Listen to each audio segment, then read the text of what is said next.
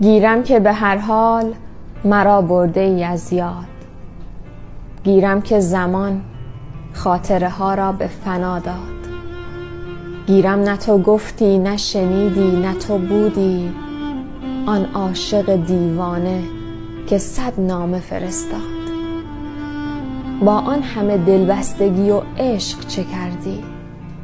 یک بار دلت یاد من خسته نیفتاد؟ یعنی به همین راحتی از عشق گذشتی؟ یک ذره دلت تنگ نشد خان عطاباد؟ این بود جواب من دلخسته عاشق؟ شیرین رقیبان شده ای از لج فرهاد؟ باشد گله‌ای نیست، خدا پشت و پناهت، احوال خودت خوب دمت گرم دلت شاد.